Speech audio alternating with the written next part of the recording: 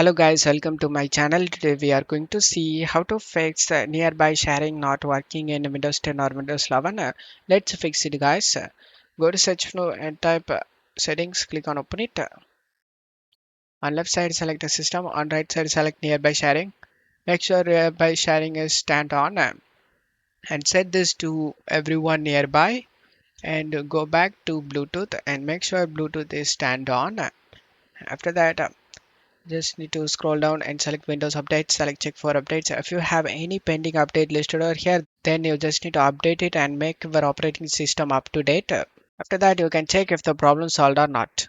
If not, method 2, you just need to go to search menu and type device manager, click on open it. Just need to expand this Bluetooth section over here and right click on over Bluetooth and select properties. Go to details tab and property, click on the drop down and select here Bluetooth ratio supports low energy.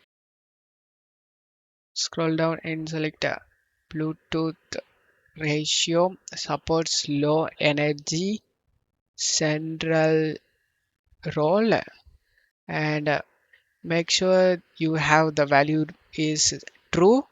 If it is false, you don't have a compatible adapter, so you need to buy a Bluetooth USB adapter on Amazon.